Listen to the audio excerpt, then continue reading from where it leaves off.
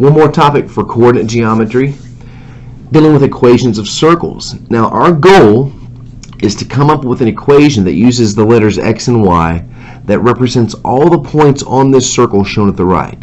So this generic xy I've got written here is intended to represent any point on this circle. Okay. Now the specifics of the circle are the center of the circle is located here at x equals 1, y equals -3, and the radius of the circle is 5. So for example, if you were a carpenter and you had to draw a circle out of a piece of plywood so you could cut it out, you would stick your nail at a certain point on the plywood where you want the center to be, and then you'd keep a piece of string pulled tight based on how far you want the radius, and then you would put your carpenter's pencil right here at the end of the string, keep it pulled really tight, and then you would draw a perfect circle around that fixed point where you put the nail based on the string's length being the radius. So there is a mathematical way of coming up with this equation, because what has to be true is the distance between the center, this fixed point, and this generic point on the equation of the circle's graph, the distance between them, no matter which of these generic points I pick, the distance from here to the center is always going to be 5. The distance from here to the center will always be 5. So no matter which point I pick over here, keeping it generically labeled x and y, that's what we're going to have to do. So I want to take a sidestep from the notes for a second and go through that kind of derivation. It's based on the distance formula. So going back over one of the first things we talked about in this section, just the good old distance formula, and filling in some specifics that relate to this picture. So the distance that we're calculating represents the radius. So the value 5 is going to default to go in for the actual distance. Now, the coordinates that are used, the 2 points we're calculating the distance for is this generic xy point that will be left as x and y, because you need to see x and y in the equation of the circle. And the other point here is the center. So the difference in the x's that I lead off with in here will be the letter x minus 1 quantity squared, plus the difference in the y's will be y minus -3 quantity squared. So that'll become a plus 3. And then what we have here seems to be like a skewed version of the distance formula. We have 5 equals big square root of x minus 1 squared plus y plus 3 quantity squared. And it could be that this is the equation that generates a circle. As a matter of fact, there's probably some software that I could type this equation into. I mean, not our calculator, obviously, because it wouldn't handle this format. But this would generate the graph of that circle on certain software apps that you can find available online. Now, here's the thing. This is a form of that circle's equation, but it's not exactly a standard form. What gets done to give you the standard form for a circle's equation is this. If you know the center of the circle, this point h comma k, and you know the radius of the circle r, the equation for the circle is going to be x, the letter x minus your x coordinate from the center squared, plus the letter y minus the y coordinate from the center squared equals the radius squared. So in what we've got here, the circle center was at x equals 1, y equals -3. So see, they're playing the roles of the h and the k. But notice, the one thing that's missing to get to this standard form is the radical goes away. So the only thing you need to do to get rid of this form to get to that standard form is just to square both sides. If you square both sides out, you get the quantity that was under the radical is x minus 1 squared plus y plus 3 squared equals 25. So notice in the standard form mentioned up here, x minus h squared plus y minus k squared equals radius squared. There's the parallels. The value of h is 1. The value of k, notice your sign change, k is -3. So the center of the circle, h comma k, is 1 for x and -3 for y. And that checks out with the picture. That was the center of the circle, 1 for x, negative 3 for y. And then here's one thing that's easy to forget. The value on the right-hand side is always the radius squared. So if you see a 25 on the right-hand side there, that means you have a radius of 5. Okay? So be really careful when you're dealing with the equation of a circle to make sure you notice the sign changes that are needed here in getting the center coordinates and then the square of the radius. So for example, let us go ahead and determine the equation of the circle that's graphed right here. And every tick mark you see on the graph paper represents 1 unit. The 2 points that are graphed lie on opposite sides of the circle's diameter. So if we were to connect these 2 points with a line, we can take for granted that based on the problem, it tells us that they lie on opposite sides of the diameter of the circle.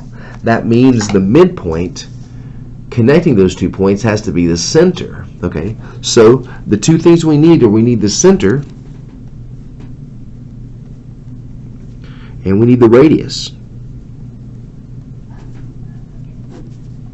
Well, the center seems to be pretty easy to pick out. If you look at the grids on the graph paper, this point here that's halfway between those diameter endpoints, just look at the slope, up 3 over 1, up 3 over 1, just kind of eyeballing it. That means the center right here appears to be at negative 3 for x and positive 1 for y. Now another way to do it is to actually label these 2 points. Since the origin is right here, this is the coordinate negative 2, positive 4. Negative 2, 4. This is the coordinate 1, 2, 3, 4, negative 2. So you could do the midpoint calculation between those two, and it'll verify that that is the center at negative 3, positive 1. Now the radius can be found using the distance formula.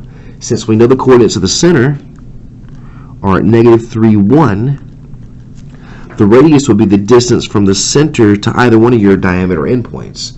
So it doesn't matter which one you use. Let's just go ahead and do a distance formula calculation. Let's say the distance from here to here is going to be the difference in the x's.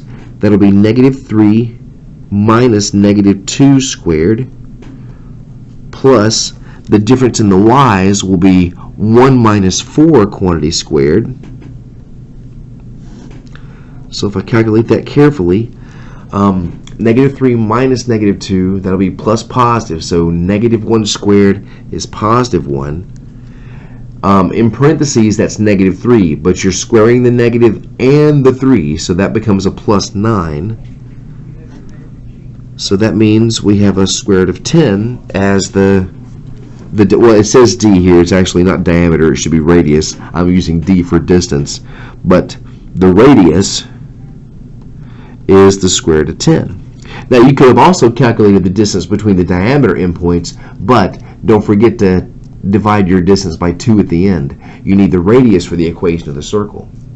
So taking everything you need from the data to go to the equation, remember the coordinates of the center get their signs changed because of the subtraction that comes out of the distance formula when we derive this equation. So x minus h is technically x minus negative 3. So watch out for the sign change there, squared. And then plus y minus k is going to be y minus 1 quantity squared. So sign change there equals radius squared. So the radius is the square root of 10. That means you have 10 as the r squared value on the right hand side. And that is the equation of the circle that's graphed right here, the standard form for that equation of the circle. All right. So extracting the equation from the graph is one challenge, and I guess the easier challenge is extracting the graph from the equation. So we're asked to sketch the graph of this equation, which almost looks like it's using the same left-hand side, just some sign changes. Extracting the center is really straightforward. Just watch out for the sign changes. X minus 3 in the binomial means you have a positive 3x coordinate for your center. Y plus 1 squared there means you have a negative 1y coordinate for your center. So the center is located at positive 3 for x, negative 1 for y, and then the radius is the square root of 9. So you have a radius of 3. Now, you don't have to worry about getting a compass. You don't even have to worry about getting stencils. What you want to do is use a good grid of graph paper, and then notice your radius is most easily plotted by going compass directions away from the center. So if you go from the center a radius distance of 3 clicks north, you know for certain that's a point on the graph of the circle. 3 clicks to the right, or 3 clicks east, 3 clicks down, 3 clicks south, and 3 clicks left or west. Those are guaranteed to be points on the equation of the circle, on the graph of the circle. Just keep in mind you're using the center as a reference. The center is not on the graph of the circle, but it's used to help you get points that are on the graph. And then you just want to connect these compass heading points with as good of a circle as you can freehand. And my circle is kind of rough. So, and again, I'm drawing in pen for the sake of video quality, but doing this in pencil, maybe lightly etch it in pencil first, and then come back in a bolder pencil stroke so you can actually see the final graph. But yeah, extracting the graph from the equation is pretty easy once you know what all the equation data stands for. All right. Now, one more thing we need to go back over is the challenge of getting the standard form for a circle's equation when it's in this jumbled up form like this. So see, notice how easy it was. When we had this standard form, getting the graph of the circle, getting the center, getting the radius was perfectly fine because you know the values of what these numbers stand for once you have this committed to memory and you understand what it means. Okay, so this form is what you want. You want that standard form. But if you were to FOIL all these binomials and bring everything over to the left-hand side, then you get a jumbled up mess like this that makes it difficult to find what the center and the radius actually are. So, in order to get this back to standard form, what you want to do is to use completing the square so you can get to the standard form and then readily get the center and the radius. So here's the way you want to set it up. Okay, we're going to complete the square in x's and y's separately. So regroup your x's, x squared plus 10x, so put my x squared and my x term together, and then leave yourself about a finger's worth of distance right here. And then do the same thing for the y terms, plus y squared minus 6y, leave yourself another finger's worth of distance. So all I'm doing is rearranging some of the terms on the left-hand side. But one thing I do want to do is take this 13, I actually want to subtract it so that it is now on the right-hand side.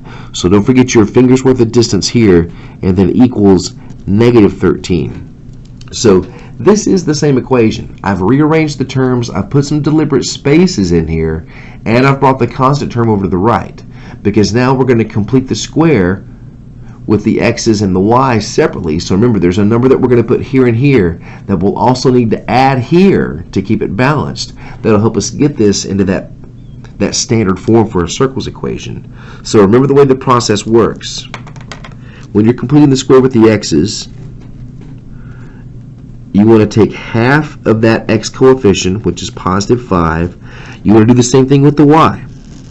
You want to take half, which in this case will be a negative 3. Okay.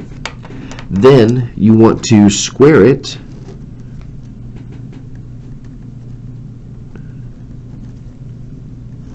and put it in the space that you left in the original left-hand side. So positive 5 squared, take half. Positive 5 squared is plus 25. Don't forget you got to do the same thing to both sides. If you add 25 to the left, you got to keep it balanced by adding 25 to the right. Half is negative 3. Negative 3 squared is plus 9. You added 9 to the left, you got to keep it balanced and add 9 to the right. So what I've got written here in green is the stuff that's new based on the completing the square process. Okay? So, and if you recall, now that I've completed the square with the x's, this three-term set, this trinomial portion of it, can actually be rewritten as x plus 5 quantity squared. This plus sign here gets kind of brought on down And then same idea with the y expressions. Those three terms right there can get regrouped as y minus 3 quantity squared. And the cost of doing this on the left-hand side, the cost of adding this green stuff, and then over here, now transforms the right-hand side into negative 13 plus 25 is 12, and then 12 plus 9 is 21. So, in doing that, just that completing the square process guarantees we're now in the standard form for whatever this circle's graph looks like. That's the standard form for the circle's equation. And that means we can readily extract the center and the radius. The center, remember your sign changes. The center is going to be negative 5 for x, positive 3 for y. And the radius, as long as this number is a positive value, then you've got the graph of a circle. You're not always guaranteed to have this be a 16 or a 25 or a 36. It's not always guaranteed to be a perfect square, but it's a positive number, so that means the square root of 21 will be the exact value of our radius.